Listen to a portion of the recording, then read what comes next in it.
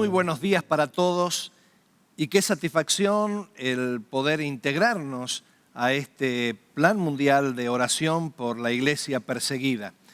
A veces nos encerramos tanto en nuestra realidad, nos volvemos tan egocéntricos que pensamos que el resto del mundo es como nosotros.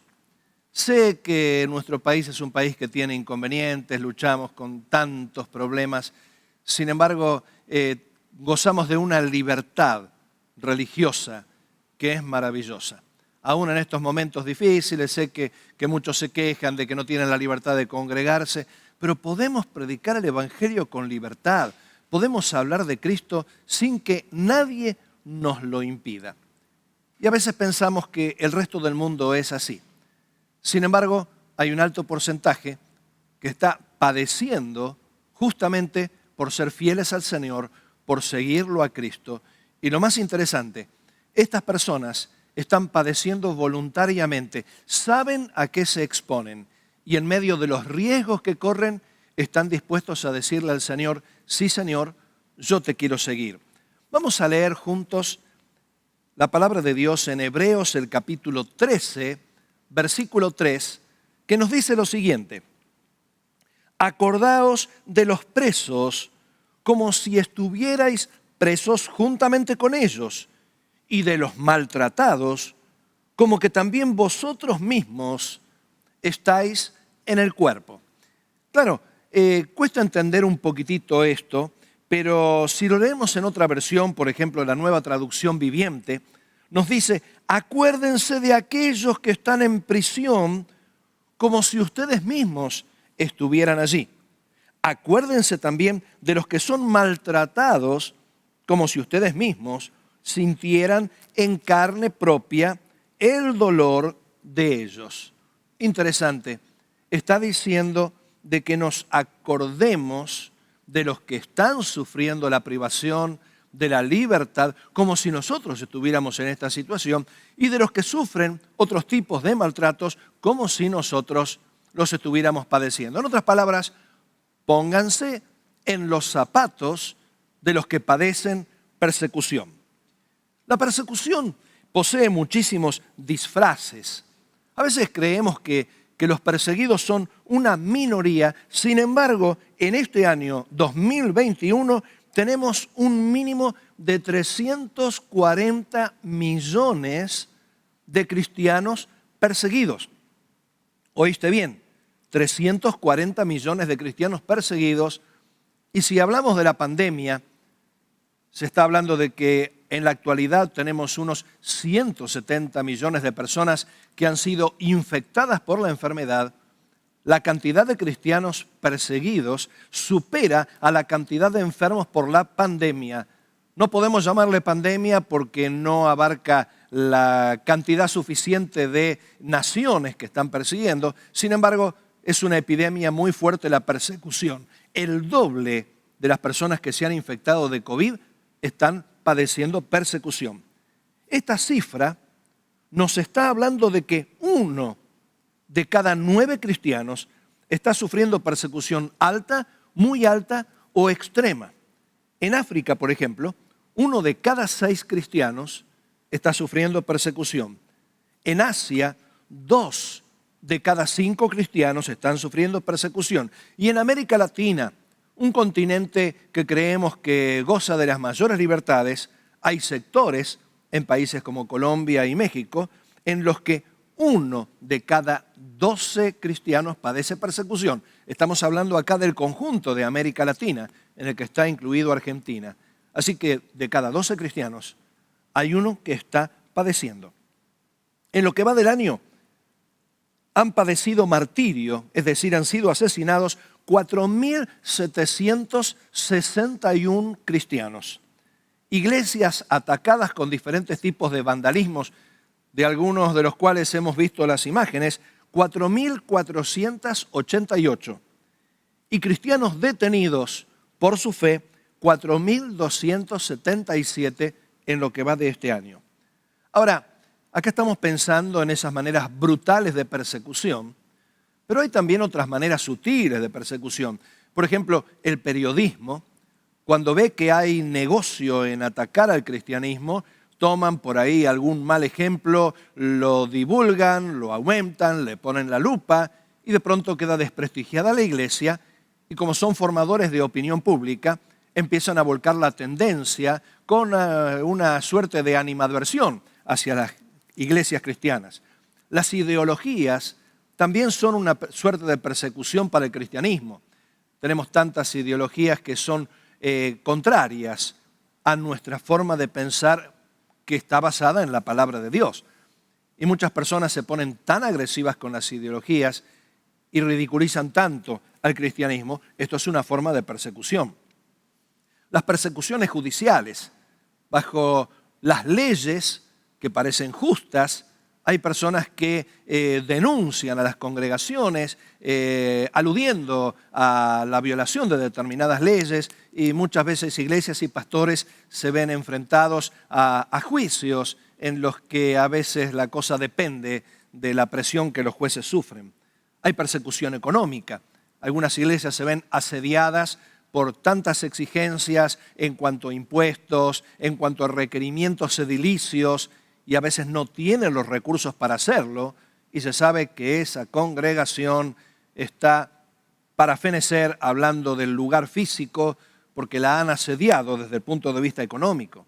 Hay también una persecución cultural, donde se está hablando de nuevas épocas y donde se quiere hacer ver a la iglesia como algo obsoleto que ha perdido actualidad, y a veces lo encontramos en las películas, lo encontramos en las novelas, en los libros que se escriben, donde la iglesia no se la ve muy bien con los enfoques que se les da. ¿Qué decir de la persecución educativa? Donde hallamos a algunas personas que en sus colegios, en sus universidades, cuando empiezan a hablar de Cristo, sufren todo tipo de hostigamiento y a veces por las mismas autoridades de estas instituciones. Y hasta podría añadir la persecución burocrática, donde en países que parecen totalmente libres en cuanto a la expresión religiosa, aquellos que son cristianos que necesitan hacer trámites para establecer congregaciones o para solucionar problemas a los que se enfrentan las congregaciones, encuentran trabas, papeles cajoneados y tantos otros procedimientos. Son formas sutiles de persecución, pero es persecución al fin. ¿Por qué? Porque el Evangelio siempre sufrió y siempre sufrirá persecución. Vos decís, no, pero esto no es posible. La persecución es inevitable en este mundo. ¿Por qué? Porque nuestra pasión por Cristo muchas veces pisa intereses de aquellos que quisieran que nosotros los sigamos. Los cristianos somos pésimos consumidores de la industria del deporte, por ejemplo, no porque no tengamos nuestros clubes favoritos, sobre todo si uno es hincha de Banfield, se entiende que está por el buen camino, ¿no? Si es de Boca o de River, en fin, oremos por eso. Tengo varios, varios, contados con los dedos de la mano. Pero, ¿qué decir? No somos tan fanáticos que consumimos todo lo que el deporte nos ofrece. No somos adictos a la industria del juicio, porque los cristianos somos conciliadores y a veces preferimos soportar, sufrir el agravio antes que meternos en situaciones engorrosas donde hay odios, donde hay rencores, donde hay deseos de venganza, donde hay búsquedas a veces infructuosas de justicia. Entonces, aquellos que se favorecerían por este medio no nos ven como una buena tajada. No somos buenos consumidores de la industria farmacéutica. Y vos dirás, ¿cómo? Si yo voy a la farmacia, yo también, yo tomo mis medicamentos. Pero la vida del cristiano es una vida tan moderada, tan frugal, tan ordenada, que está menos propenso a enfermarse y menos propenso al uso de los psicofármacos que aquellos que no tienen confianza en el Señor. Entonces, esto hace de que algunas personas nos vean como poco deseables porque no favorecemos sus intereses. ¿Y qué decir del mundo del espectáculo? ¿Y qué decir de tantas otras cosas donde esperarían que nosotros seamos sus consumidores? Pero no lo somos. ¿Qué decir también del consumo de drogas ilícitas? No lo somos y predicamos en contra del consumo de drogas ilícitas. Entonces nos ven como una amenaza. Así que el Evangelio sufre persecución porque nuestra pasión por Cristo desplaza cualquier otra pasión.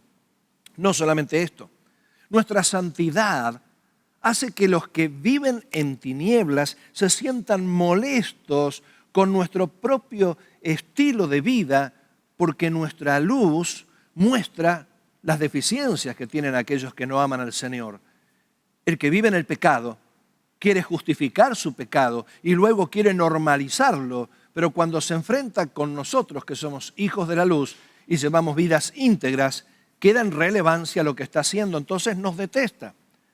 A veces algunas imposiciones del Estado son tan difíciles de cumplir por las iglesias y por los creyentes y terminamos de alguna manera cometiendo quizás alguna infracción frente a algunas posiciones. Está el caso de algunos médicos que se han negado a practicar abortos y han sufrido sumarios y han sufrido juicios y esto ha salido en los periódicos.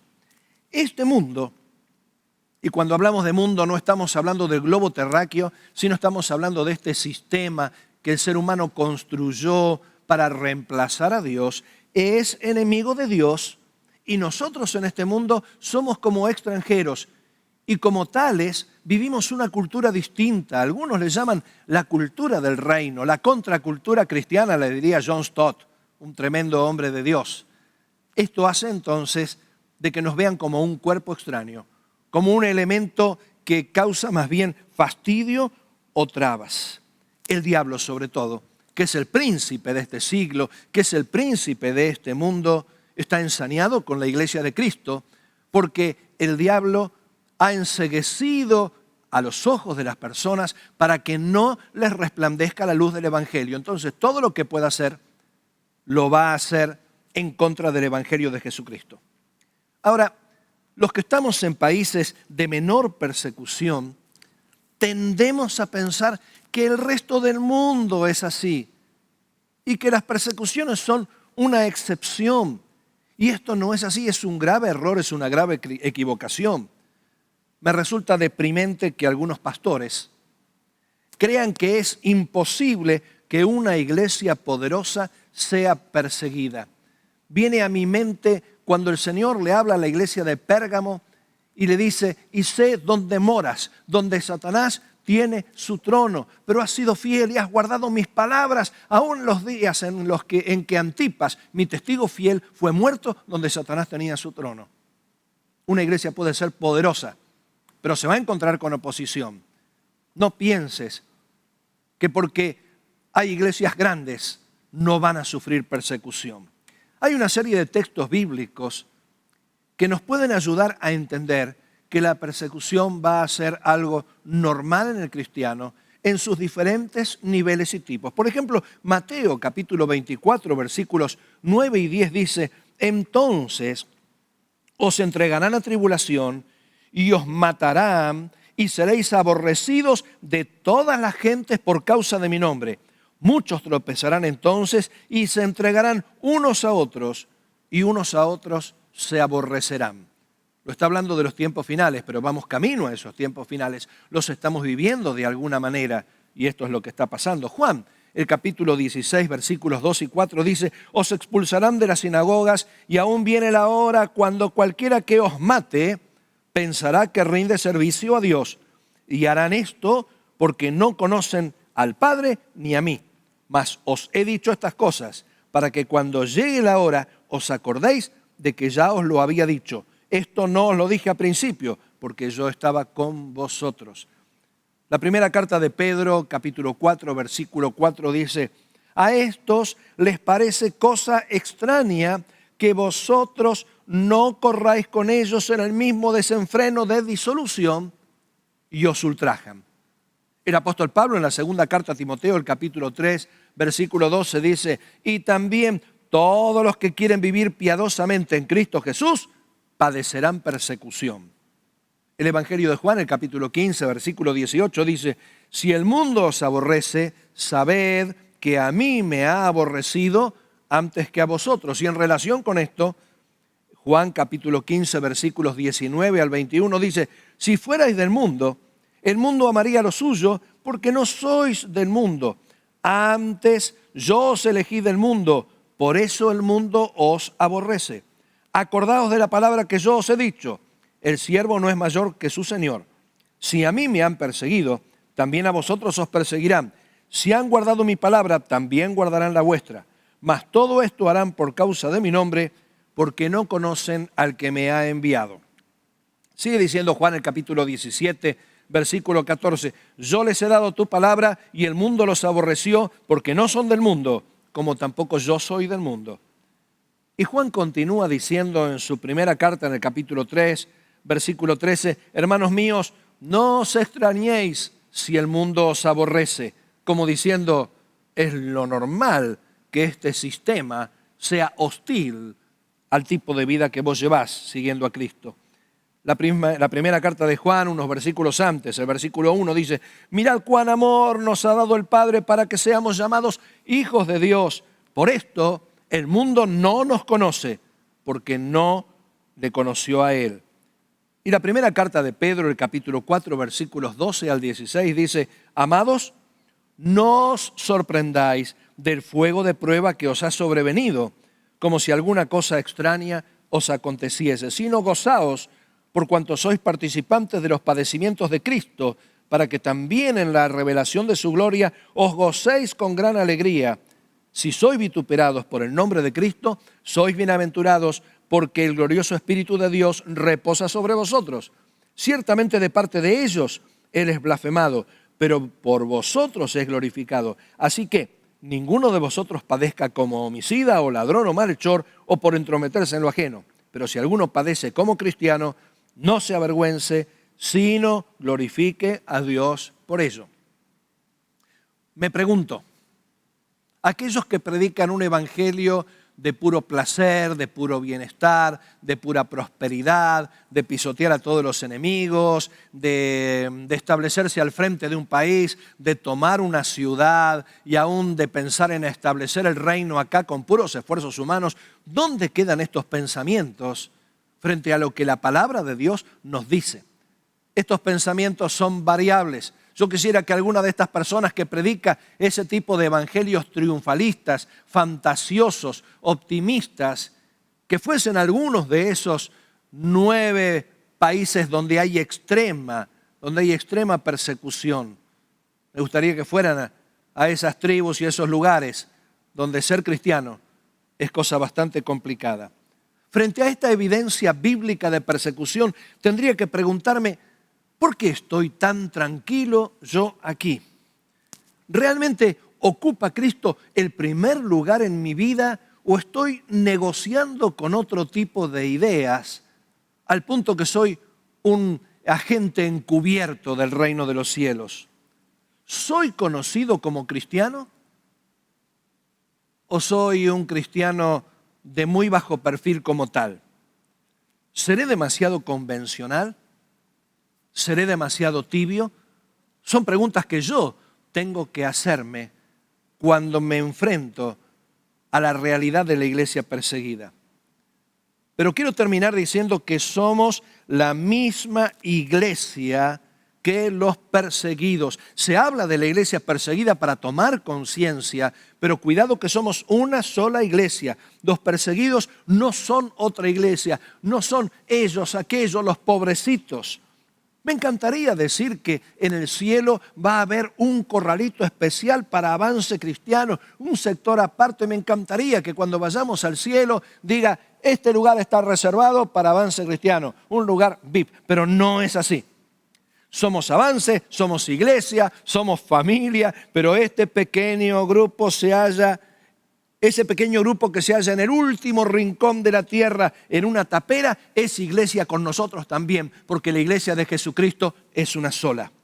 En el cielo habrá una sola iglesia, una sola esposa del Cordero. Somos una sola iglesia, junto con las mega congregaciones y junto con los ranchitos perdidos que están por ahí. Una sola iglesia del Señor. Somos una iglesia y somos iglesia junto con los que la están pasando mal. No por la economía del país, sino por la persecución. ¿Qué podemos hacer por ellos? ¿Qué es lo que podemos hacer? Lo que nos dice Hebreos, el capítulo 13, el versículo 3, en la Nueva Traducción Viviente. Acuérdense de aquellos que están en prisión como si ustedes mismos estuvieran allí. Acuérdense también de los que son maltratados como si ustedes mismos sintieran en carne propia el dolor de ellos. Oremos por aquellos que sufren persecución, no para que sean librados, porque no es el anhelo de ellos. Cada una de estas personas, cuando aceptaron a Cristo, lo aceptaron a Cristo sabiendo lo que venía, a diferencia de algunos de los que gozamos de mucha libertad, que a veces aceptamos a Cristo y no nos damos cuenta de las implicancias. Jesús habla de esa semilla que cayó entre los espinos, que empezó a germinar, pero que fue ahogada por las ambiciones del mundo. Pero también está la semilla que cayó en la piedra y creció muy rápido, pero cuando vinieron las pruebas y las persecuciones se secó inmediatamente. Si como cristiano estás experimentando pruebas, adversidades, contrariedades, no te desalientes, sino aprende a ser humilde, entendiendo que hay personas que han aceptado a Cristo, conociendo de antemano el precio que tenían que pagar.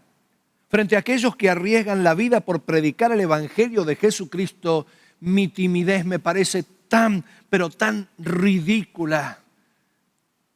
Tendríamos que avergonzarnos de nuestra vergüenza frente a aquellas personas que simplemente no están arriesgando su reputación por predicar el Evangelio, están arriesgando su vida.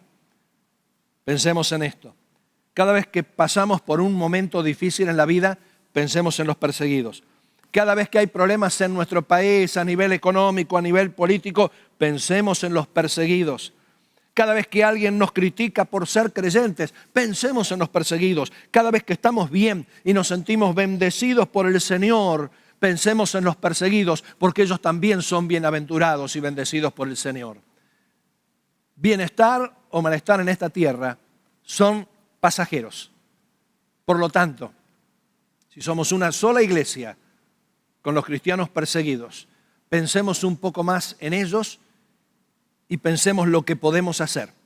No podemos sacarlos de la cárcel, no podemos salir a hacer protestas, no podemos mandar un grupo comando y rescatarlos, no podemos pagar su fianza y muchas veces si enviamos un donativo no llegaría a donde están ellos. Entonces, ¿qué puedo hacer? Pensá en ellos, acordate de ellos, ponete en sus zapatos y te vas a dar cuenta que vas a predicar el Evangelio con más valentía, con más unción y te vas a encontrar con algún tipo de adversidades. Pero así es la vida, así es el Evangelio y así es la victoria del Señor. En esta mañana quiero que oremos juntos al Señor, orando por los perseguidos. Muchos de ellos dicen, no pedimos libertad, porque nos damos cuenta que las naciones que tienen libertad se enfrían y el diablo los cautiva de otras maneras. Pedimos fortaleza para enfrentar lo que viene. Y yo creo que eso es lo que tenemos que pedir para la iglesia perseguida. Y eso tenemos que pedir para nosotros, para cobrar coraje y predicar como Dios quiere. Nuestro Padre Celestial, en nuestras vidas nos sentimos tan pequeños e insignificantes frente a aquellos cristianos que están padeciendo por tu nombre. En un mundo moderno, en un mundo donde los derechos humanos se jactan de haber logrado grandes conquistas, muchos cristianos sufren de las peores torturas, persecuciones, malos tratos y muerte.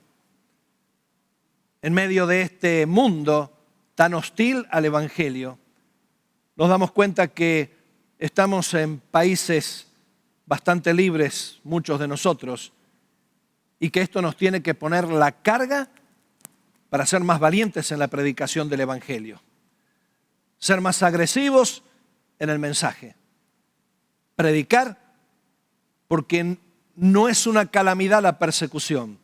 Lo que es una calamidad es que las personas mueran sin Cristo. Que podamos terminar con esa calamidad para llevar la salvación a todos los que podamos, tanto en tiempos de persecución como en tiempos de bienestar. Y Señor, seguiles dando fortaleza a aquellos que padecen por causa de tu nombre. Y que nosotros abramos nuestros ojos y despertemos sabiendo que tu venida está cerca. Gracias por todo, Señor, en el nombre de Jesús. Amén.